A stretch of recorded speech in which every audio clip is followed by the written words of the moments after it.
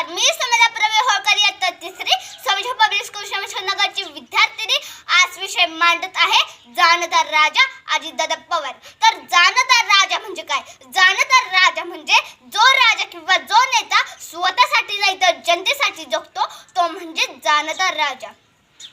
जेव्हा आपण बोलतो निश्चयाचा महामेरू भोजनाचा आधारू अखंड स्थितीचा निर्धारू श्रीमंत योगीवंत यशवंत कीर्तिवंत सामर्थ्यवंत जयवंत पुण्यवंत क्षत्रिय मराठा गुणवंत वर्धवंत जाणता राजा श्री छत्रपती शिवाजी महाराज की जय।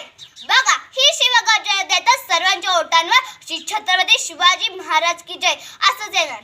पण जर आपण असं म्हटलं काटेवाडीचे साम्राज्य विस्तारक राजनीती धुरंधर सत्ताधीश्वर सत्तारूढ बारामती साम्राज्य विस्तारक जनतेचा पोशिंदा कार्यतत्पर वक्तशीर जनतेचा कैवारी असं म्हणतात सर्वांच्या ओठांवर अजितदादाचं नाव आल्याशिवाय राहणार नाही। 22 जुलै 1959 ला जन्मलेला माझा दादा पुढे जाऊन 2026 ला हे जग सोडून जातो।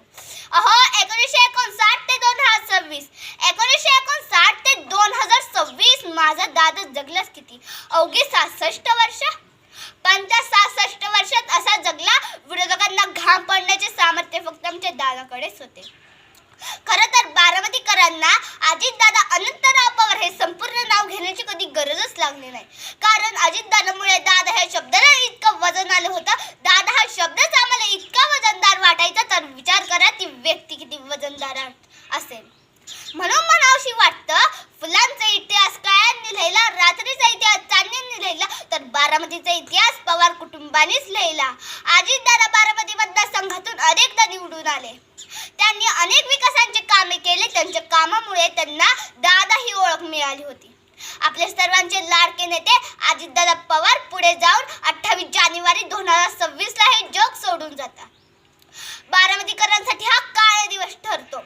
शेवटी जाता जाता एकच सांगेल, जसे किनाऱ्याची किंमत समजायला लाट्यांच्या जवळ जावे लागते, पाण्याचे मोल काढण्यासाठी दुष्काळात फिरावे लागते, पण बारामतीची प्रगती समजून घेण्यासाठी अजितदादाला समजून घ्यावे लागते। थँक्यू।